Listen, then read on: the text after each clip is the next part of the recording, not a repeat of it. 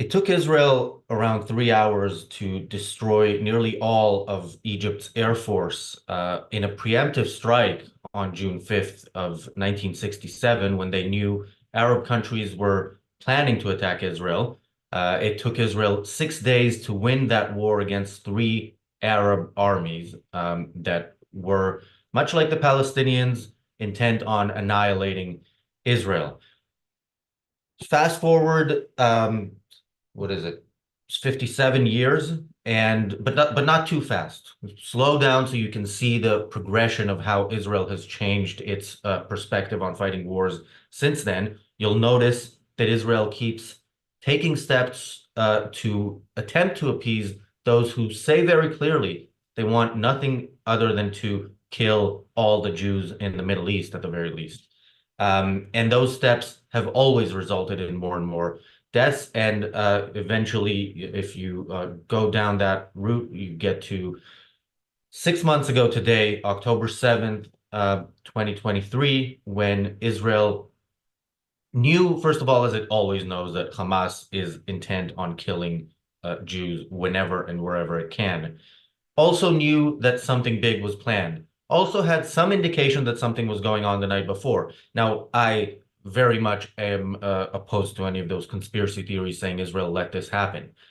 What Israel did is not act because it is not acting as a matter of policy, because its matter of policy is to appease its enemies and to appease its critics and so-called allies in the West by just not acting until it seems like there is no choice and then acting as apologetically as possible.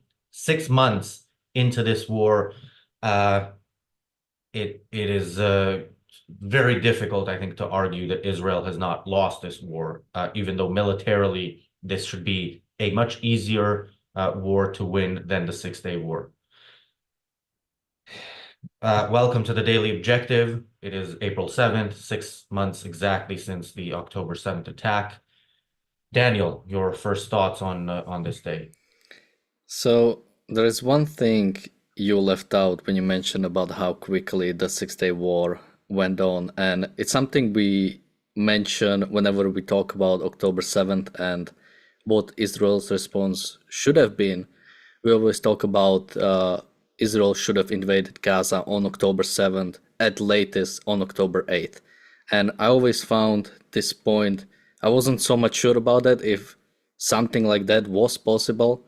But when I looked up, when I researched Six Day War a bit more, I learned that, yeah, all of pretty much almost all of Gaza, with the exception of Gaza City, was completely occupied on the day of when the war started. And then on the second day, the rest of Gaza was occupied. And as you said, in just the 6 days, all of Sinai, which is twice or three times as big as all of Israel, was occupied. So Israel is capable, or Israel was capable of this. And if Israel was actually fully intended in finishing this war, I think Israel could have done this again. And it's really sad to see where we got. So I have and if I look a bit too depressed about everything, we just had the elections in Slovakia, which ended really badly. So I might be a bit more pessimistic than I am usually. Yeah, there are many reasons to be pessimistic. But by the way, I don't think Israel should have invaded Gaza on October 8th. I don't think they were ready militarily. I don't think they had but I also don't think that was the first thing that to be done. The first thing to be done is an aerial bombardment that would devastate Gaza so much that when Israel eventually did invade, it would be the soldiers would have much less to do, and they would be much less at risk. Remember, around 260 soldiers, I believe, have been killed so far in this operation. Four more deaths were announced today. These are, for in the vast majority of cases, not necessary deaths. These are not deaths in a war that couldn't have been avoided. They could have been avoided, but the cost of avoiding them politically is to the Israeli leadership this is clear from their policy, if not from their words, that's a higher price than the lives of these soldiers.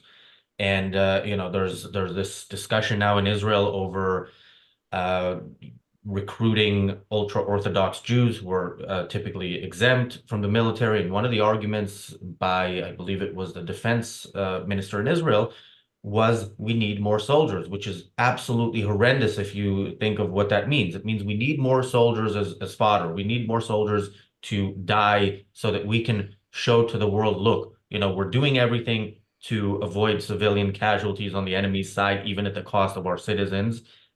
And yeah, we've said in the past, this is a war. There's nothing clearer in the world in current events and politics, nothing easier to judge. And it's easy to judge not because Israel is perfect. It's not. It's because the Palestinians are pure evil. And in Israel's, one of Israel's very clear imperfections is, if you want to divide the two sides in the easiest way, you'd say one is on the side of death and the other is on the side of life. But Israel is not enough on the side of life when it comes to its own people. And these policies prove that in the deaths of the soldiers, in the fact that rockets are still being fired, and the fact that terrorist attacks are still happening pretty much daily, or attempts at terrorist attacks are daily from the West Bank. And Israel is not winning the war. So another point I had, again, comparing to the Six-Day War and this 6-month war we have so far, is if you check and see how basically the Six-Day War happened, again, it wasn't Israel waiting to get attacked. Just quickly the way it went down. So there was the Suez Crisis, where Egypt tried to close the Straits of Tiran, which is basically the lower part of Israel, where Israel has access to the Red Sea. That's the Red Sea, right? So basically, Egypt tried to do that earlier. Israel invaded, made sure that didn't happen, and then the UN had a peacekeeping force on the border of Egypt and Israel. What happened is in May 67, the Egyptian president closed the straits again, mobilized the army, and dismissed all the UN peacekeeping forces. Israel saw this as a clear, basically, attack on Israel, which it was, and only a couple of weeks after, preemptively attacked, didn't wait, preemptively attacked, surprised Egypt, completely destroyed the air force of Egypt, and invaded right after, and was able to completely destroy the military capabilities, not only of Israel, but, not only of Egypt and Gaza, which Egypt controlled, but also of Jordan in the West Bank and Syria in the Golan Heights, and completely occupied everything. And again, when you check the difference, I mean, come on, we are 6 months in the war, and Israel is still not occupying all of Gaza. The small Gaza that it was able to occupy in just 2 days. And even when the people on, let's say, the other side complain about the casualties. Well, the fatalities on the Arab side during this war was only 20,000. We don't really know what it is right now, but at least from the IDF, it's about 15,000 confirmed Hamas militants that died. Even if you care about life, quick, decisive war that would completely destroy all of Hamas in, let's say, a couple of weeks, with all the bombings and then the ground operation, would be much better for everyone. This is like, I'm trying to connect. At the end of the day, it really is altruism. This sort of like, we have to care about the other side, but altruism is so incredibly deadly, but it's like deadly in such a secret way, like you don't even see it. But once you check the numbers, when you check what is actually happening, how many people are actually dying, and what is the result of all of it, you see that altruism, I mean, mainly is destructive to the Israeli side, which is what I actually care about. But yeah, it's not like Palestinians are doing any better by this weak and indecisive actions of Israel. If Israel was decisive, like America in the Second World War, or like in Israel in the Six Day War, it would be obviously much better for Israel, but even for the Palestinians, it would be much better. And yeah, you know, when we like check what happened in the past, there's this one quote that like history repeats itself. And I heard that there's a much better line: history doesn't repeat itself, but it rhymes. And the problem is that it rhymes too much. And again, I'm depressive from my own country because I see the similarities coming back from what we had. And yeah, to see Israel again not learning from these lessons, because they know what they already know what should be done, or they should know what should be done. They already experienced this, and the fact that they are not is, yeah, bringing me down, and it's bringing down all of Israel, because even the Israeli people don't really have in them anymore what had to be done or what needs to be done. Yeah, I mean, I don't want to be too depressing, but I also want to be connected to reality. I think years from now, people will look at the current time, I mean, months after this war started, as a turning point for the worse and by a lot for Israel, unfortunately. Yeah, you mentioned caring about life. Caring about life, human life involves judging people morally, and then you don't treat all of life equally. The life of somebody, a scientist discovering a cure for cancer is not the same as the life of a terrorist. One is to be celebrated, the other is to be ended. And Israel, again, in the way it operates in Gaza, is operating in a way that does not look to its own people like it wants to win the war, which is why there are now mass demonstrations, oddly enough, from the wrong side of what I think people should be protesting against, and not protesting by blocking the roads, but opposing, let's say, but also to the enemy. This emboldens them so much. That they are now, even in this, we talked about these negotiations where, of course, I think everybody on this channel agrees that it is wrong to negotiate with terrorists, and that no negotiations over hostages, over a ceasefire, none of that should happen at all. You do not negotiate with Hamas, you eliminate Hamas.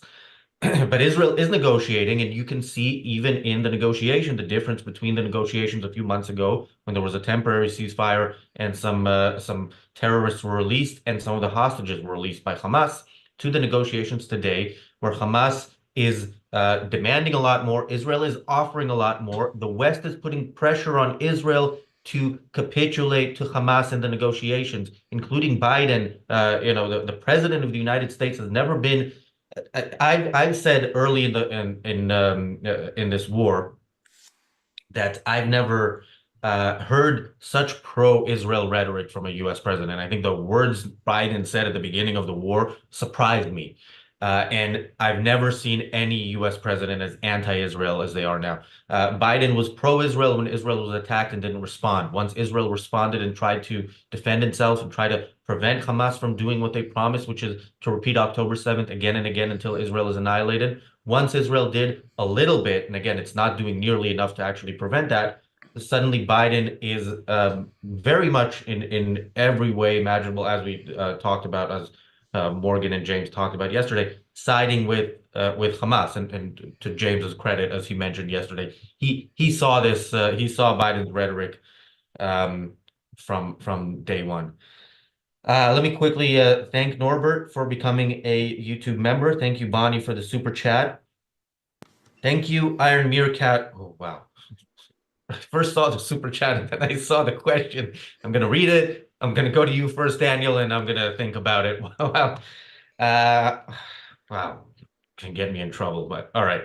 Iron Meerkat says, would you consider voting for Ben Gvir because of this emergency? P.S. I think Gaza must be destroyed. I completely agree with the statement. Daniel will answer the question, and then I will attempt to answer it. So I've been trying to research Ben Gvir a little bit. Would I consider, so let's say if I was an Israeli citizen, and this was during the war, or let's say even maybe at the start of the war, and there was an option to vote for Ben Gvir. So again, I don't know enough about him. Some of his rhetoric like seemed nice, but again, there is this sort of like real like sort, no, I don't know what to even call it. This like, yeah, Jewish like nationalism, Jewish like ethno-nationalism, even anti-Arabism to the point of like anti-Israeli Arabism. I don't know enough to like make a judgment on either side. I mean, I'm leaning towards no. I think even in the because it's not just the invasion, it's also the occupation and sort of the long-term aspects of occupation. And maybe someone like him would be good in the war itself, but again, the occupation part needs to be done right. And I'm not sure if someone like that can do the occupation right. I mean, again, I'm not sure. I know neither is Netanyahu, even if Gaza gets completely occupied. I don't think Netanyahu is either going to do occupation exactly right. But maybe I gave Razi enough time to think of an answer. So this reminds me of a question we got actually a couple of times a few weeks ago after the terrorist attack in Russia, when videos came out of Russia torturing the terrorists, and the question was Russia right to do this? And the answer was Russia should not exist. It is not right in its existence. Now, if you take just the attack out of context and say, let's say this happened in a legitimate country, would that be a legitimate way to treat the people who did that? My answer is absolutely yes. Now with Ben Gvir, when it comes to his rhetoric about what should be done in Gaza, when it comes to rhetoric about what should be done, I would vote for Netanyahu. You know, his rhetoric is fantastic.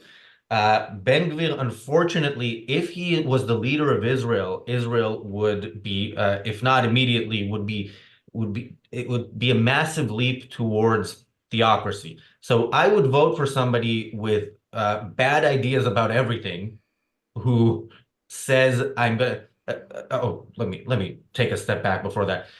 If and when elections happen, this war by that time will probably be over, or more or less over. And what I would vote for is somebody who, you know, has bad ideas about everything, but says, I'm going to reopen this. We didn't finish the job. I'm going to restart the war in Gaza, going to go to the West Bank, because the West Bank, you know, a big attack is coming at some point, and small attacks are a good enough reason to go to war, and they're happening every day.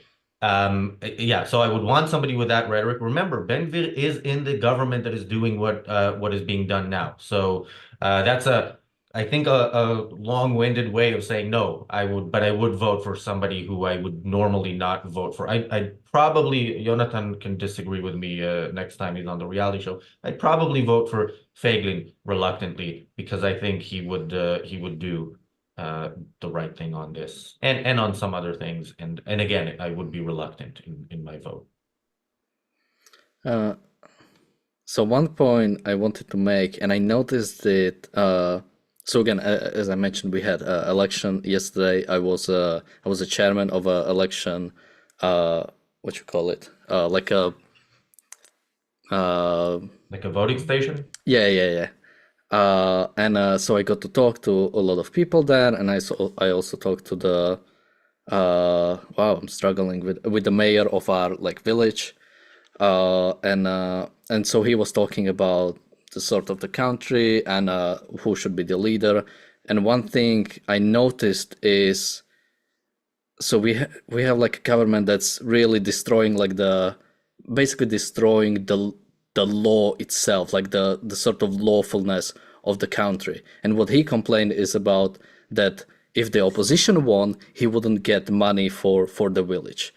And I see this as sort of like such a disconnected way of like viewing the world, that everything else should go to hell, but as long as I can keep this one thing.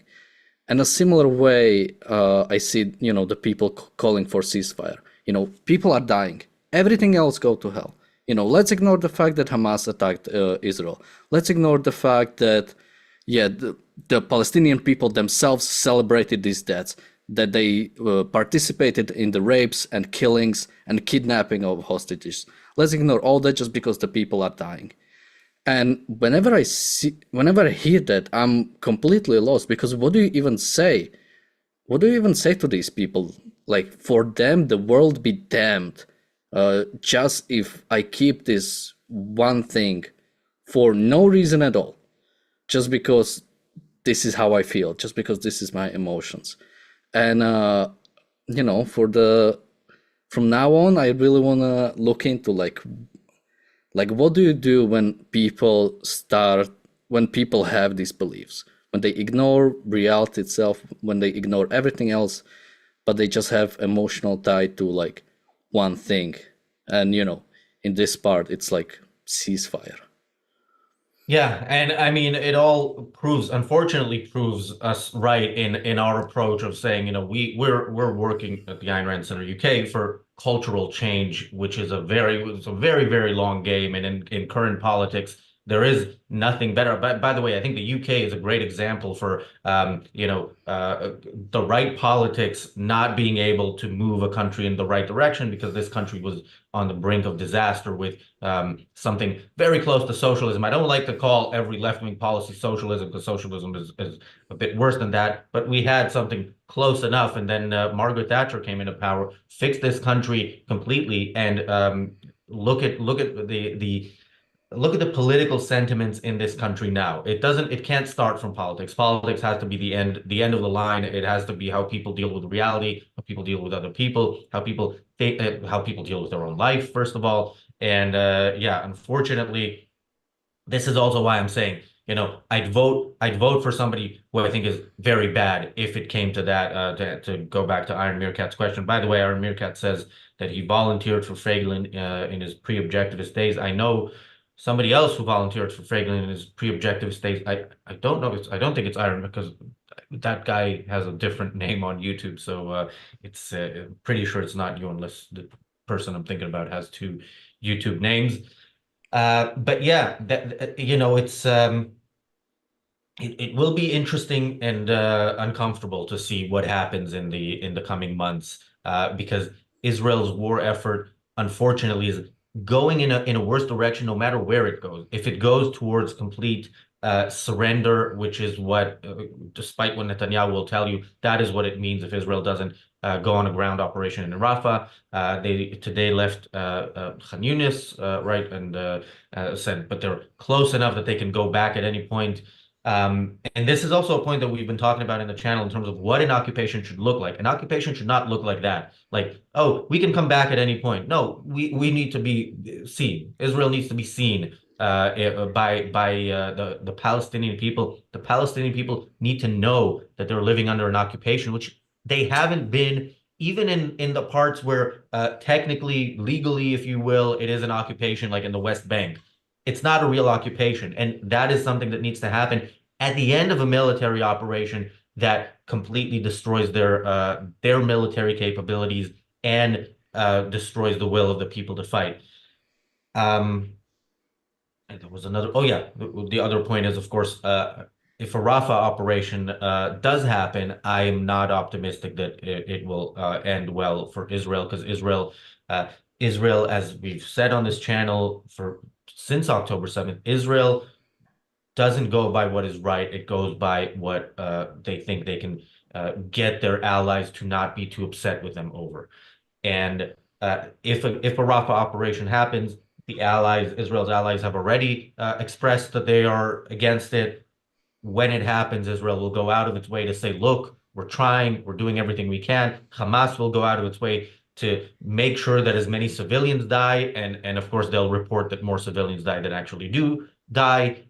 We will hear about it in the West. We will hear about more incidents of, aid workers dying. We'll hear incidents of people running towards aid and being shot by the IDF, even if they're not, even if they're, stampeding and killing each other.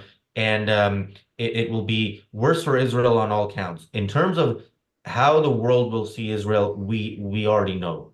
So hopefully somebody in Israel emerges that says, you know what, then let's just act.